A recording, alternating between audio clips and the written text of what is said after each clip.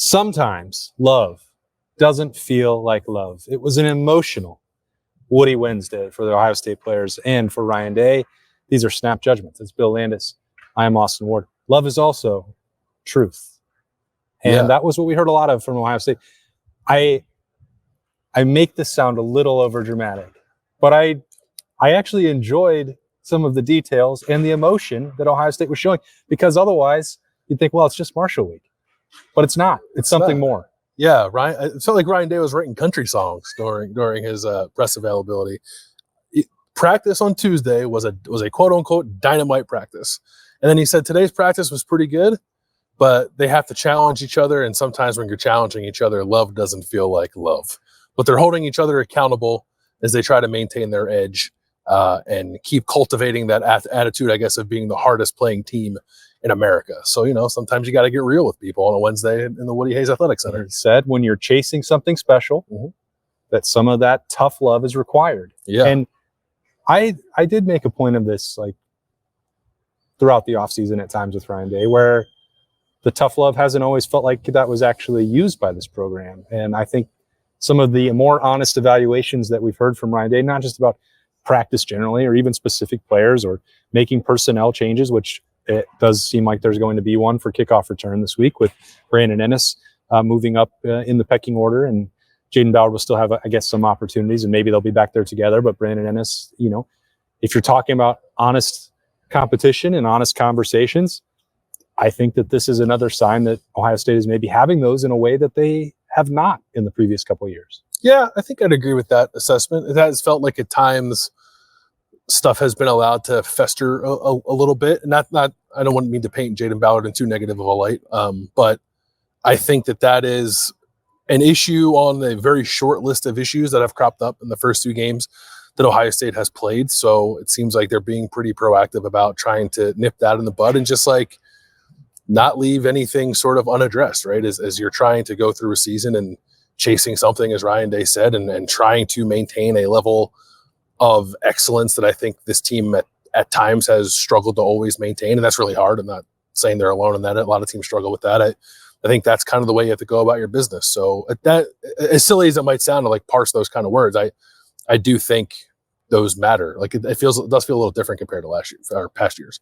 I think you can notice it in the way that the Buckeyes are talking, evaluating their own practices, evaluating games. Like Josh Fryer was like, I can still play harder, but I already feel like I'm playing at the hardest level of my career. He's like, we're going hard as hell. And he really emphasized every word.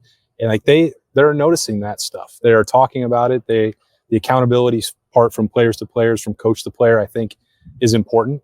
Again, that it's not really fair for us on the outside to say, well, definitely in meetings or in the practice field, when we're not watching that, it feels different when we're around. I think that's the part that's noticeable. Whether to compare it directly to a Wednesday practice right now to a year ago or 2 years ago, we really can't do that. But we can compare what the mood around the team is, what the performances on Saturday are, and the way that they talk about it themselves. And I think all of that is demonstrably different.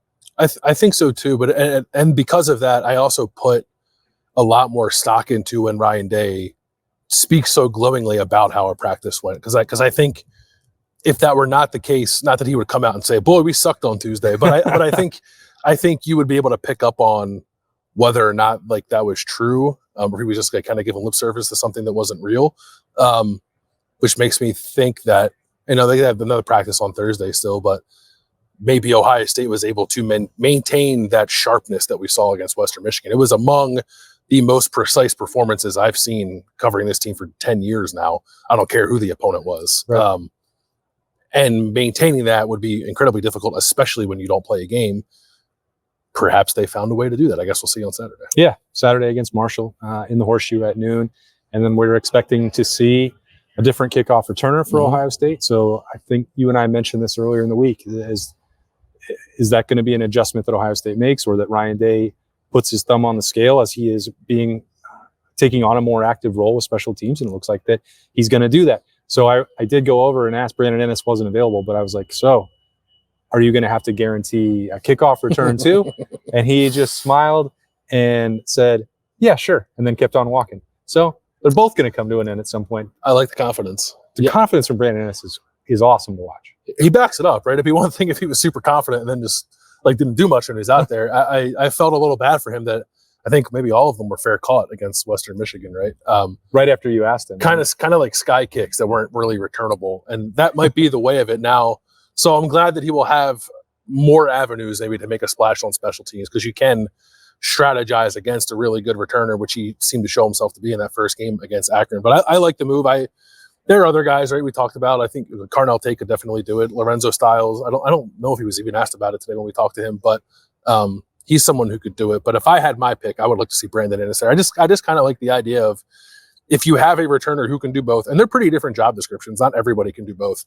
Just kind of let him do that. Let him kind of own that role. And I think if you can create that kind of ownership, then you're going to get better results from it. Yeah. And I did double check, followed up with Ryan Day. So does that mean that Brandon Ennis could do both? And he was like, oh yeah. Yeah.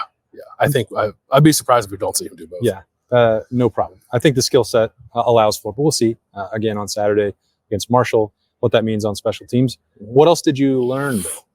I thought I'm not trying to like make Marshall out to be more than it is, and this spread is like around 40 points, I think. But Tegra Shabola said, like, when he watches Marshall on film, he described it as like real players on their defensive line. And I know we talked about that on Tuesday, but it was good to hear from a player's perspective. And he said, like, he's aware that this is a Marshall team that in previous years, I think, has beaten Virginia Tech, beat Notre Dame a couple of years ago. Obviously, the players are different, but it's a program that's like not afraid of games like this. Like, it's not going to come into Ohio Stadium and like cower in the presence of the Buckeyes, which I think might help keep that sharpness that I was just talking about. But I think in some ways, this is like a decent test of where this offensive line is going.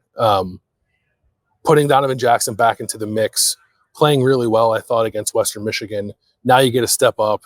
And if you maintain that level going into Big Ten play, I think I might have said this on Tuesday, like that would mean something to me. And it seems like the players are kind of approaching it that way too. I did not hear all of Josh Fryer and whether or not he said anything about Marshall, but Tegra seemed to be a guy who was aware of, I think a challenge is probably too much of a word, but a test that could get a little wonky if they don't come correct against Marshall. Yeah, I think Josh Fryer been through this before, more veteran guy. He was more on the company line of having to worry about Ohio State itself and taking care of business, and that the opponent doesn't really matter.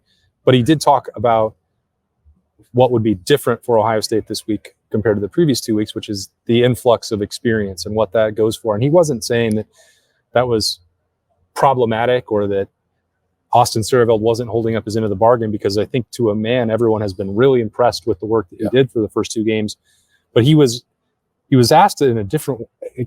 The thing that stuck to me was he was asked about Tegra and his growth. And he said, well, he has me on one side. When there's things he's asking, I can answer that or Seth can answer that. And that they'll be able to pass that information back and forth.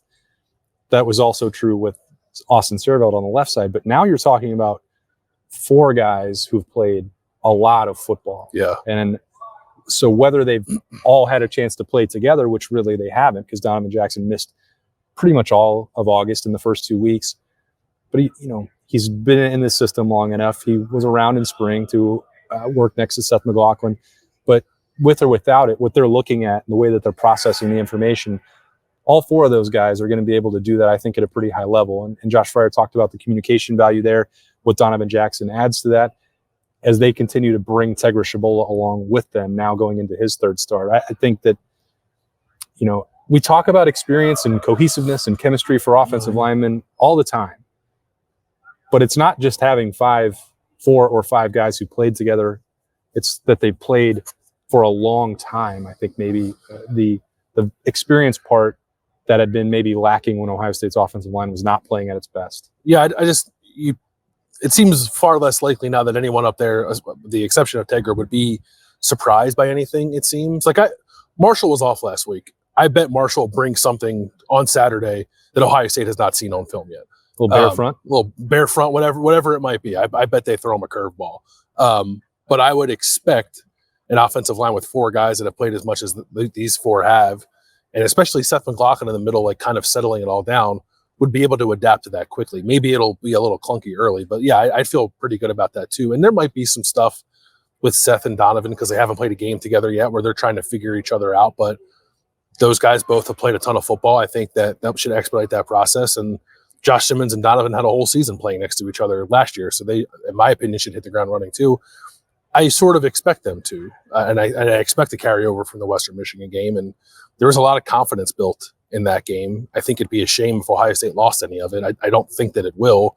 This feels like, okay, we got through this first two games like in kind of a weird situation, built on top of one week to the other. And now it's time to kind of get everybody together, get the starting five to what we thought it was going to be, and then start ramping up to Big Ten play in a couple weeks. It was really an offensive line heavy Woody Wednesday with Austin Sarveld, Josh Fryer out there, Tegra Shabola, and then sprinkling in a little Lorenzo Styles for some special teams and nickel talk, and then Arvell Reese, who is carrying himself as confidently, I think, as he's playing right now, or as confident as I can remember hearing him talk about learning the responsibilities and the way he approaches his job, which is that he wants to be in on every tackle he can. And if he's not in on it, he wants to be around it. Now that sounds simple, but you don't often hear a lot of linebackers even put it in those terms. No, I think that speaks to what Ryan Day said about him a couple weeks ago, which is like, he might make a mistake, right? He doesn't know everything. He is a second-year player who's playing linebacker for the first time, at least at the college level. But he does everything fast. He does everything with a tenacity that is, I'm going to get as close as I possibly can to the football before anybody else does. So I think that'll take him a long way as he continues to kind of find his footing, although he seems fairly comfortable right now. He's a man of few words, I would say, but definitely not unsure of himself. I think that much is clear. Like, he thinks he belongs on that field playing middle linebacker for this team, and I think through 2 weeks he's shown that with his play. He's got to be out there somewhere. Right. Yeah, I mean, like Cody Simon is obviously back and going to play a ton. It was interesting to me, and I noticed this when they were doing 3 linebacker sets against Western Michigan when Arvell was out there. Like, he was the Mike, and he said he's only played Mike, which I think that means they're probably trying to streamline things a little bit for him being a young player. But Cody Simon can play Will. We know that. Cody Simon can play all 3 linebacker positions, and so can Sonny Styles. So then that allows you, I think, to work in Arvell in a more meaningful way. Anything else emotional or otherwise that you picked up on Wednesday night? I thought it was cool to hear Lorenzo Styles say this is the most fun he's had playing college football. And like, he didn't say it in a way that was like taking a shot at Notre Dame. I just think he feels like he's where he belongs, obviously, as an Ohio State legacy. And I feel like he feels like he is where he belongs positionally as a guy who seems to be making a little bit of a move on defense and is playing on all 4 special teams and takes that job very seriously. So I think there's a lot of buy-in there with Lorenzo, which is why you're kind of seeing him pop a little bit. Yeah, well, and he's popping dudes out there too. Yeah, no hit the start on I guess it was now a week and a half ago, was bone rattling. I remember, just tracking him down in the tunnel. It was like, feels like you've got one of those moments to arrive here. That had to feel good. And he's like, I didn't feel anything. But Western Michigan definitely did. We'll see if that's the case again on Saturday against Marshall as the Buckeyes get back out there and get off the practice field. We're ready for them to. Let's see another game. Let's talk about that on some Snap Judgments. That'll be Saturday after the game against Marshall, noon. These, though, were Snap Judgments. That's Bill Landis. I'm Austin Ward. Thanks so much for joining us. We'll talk to you tomorrow.